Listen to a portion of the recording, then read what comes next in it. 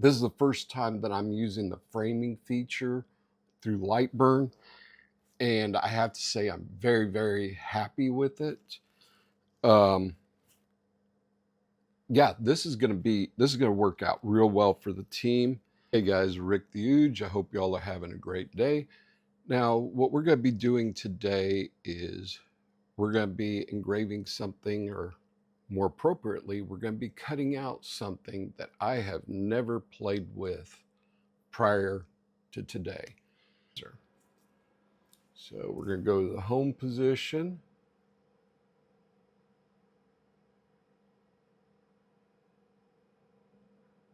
Or go to the origin and let us start.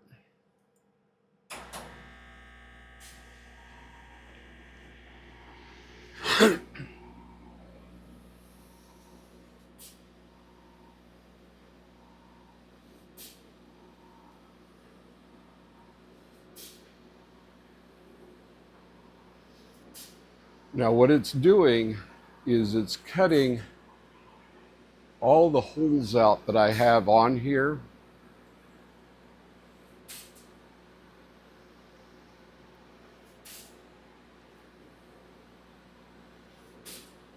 And doing what the internal cuts are. That way, whenever it goes to do its border cut, it will be very, it won't have any problems doing so.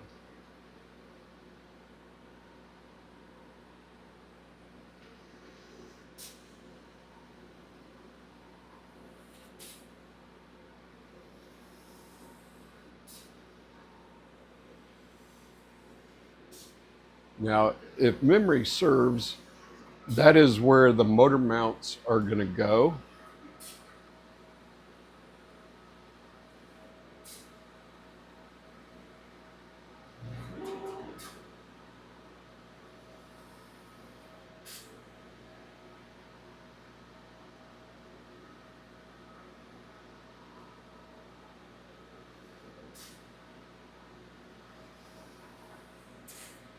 And this part, in the area that it's in right now, is where the actual hinge is. Now this entire cut job just for one side is going to be about a little over 5 minutes.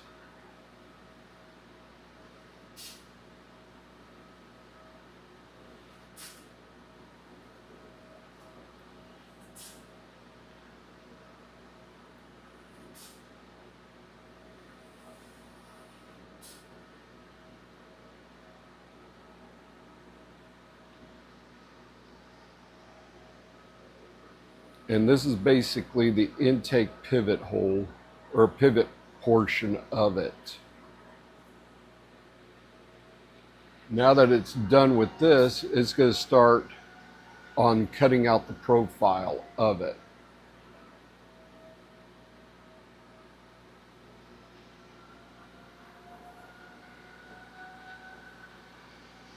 Now I will give this to the kids with the instructions of if I need to make some mods, especially down over in this region right here, that I will be able to do it on my computer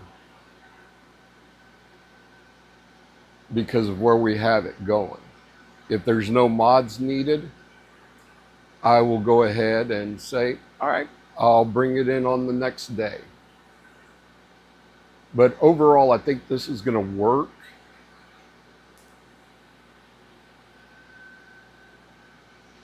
This is actually a game changer for any type of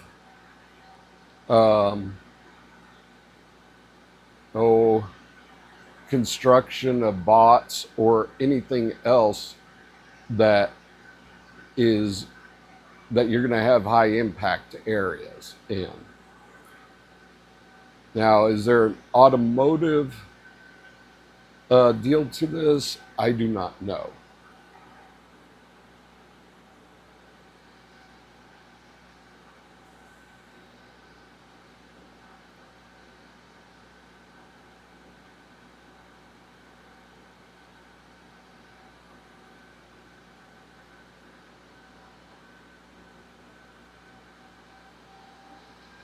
But considering I'm treating this kind of like wood in a sense, because I don't know right offhand how to treat it.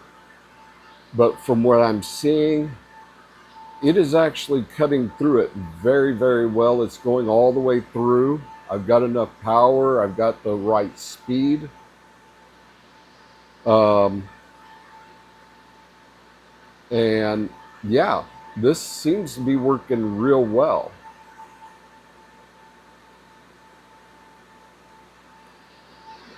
Now it's about ready to make its final approach.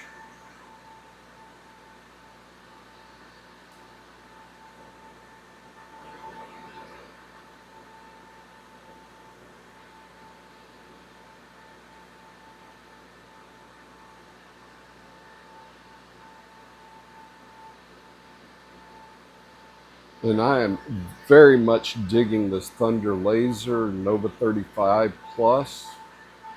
The RF tube on here is spectacular.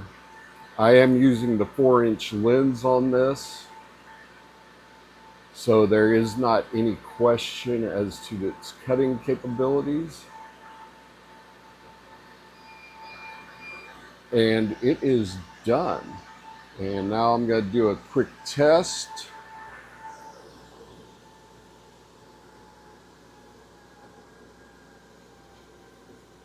Oh yeah, that will come from together. Give me one moment and I will show you the end results. All I can say is, dude, this, it cut right through it. There were no issues whatsoever. I would, if I were to do this on a CNC machine, whether it's polycarb or even this,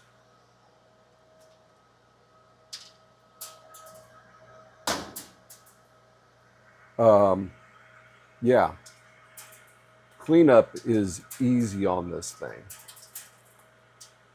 You can hear the pieces dropping down.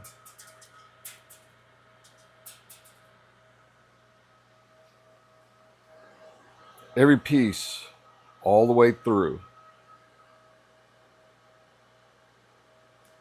I may have been running it a little bit too hot, but overall, I am not mad about this. And it could be a speed issue too. But this right here changes the dynamics of our robotics team quite a bit. Even these small holes. These are designed for 1032 bolts. This is where a motor is going to be mounted. This is where the pivot arm is going to be. And some other holes here. Some supports over here. This is a game changer for my team. Overall, I'm very, very happy about this. This is, it cut inside.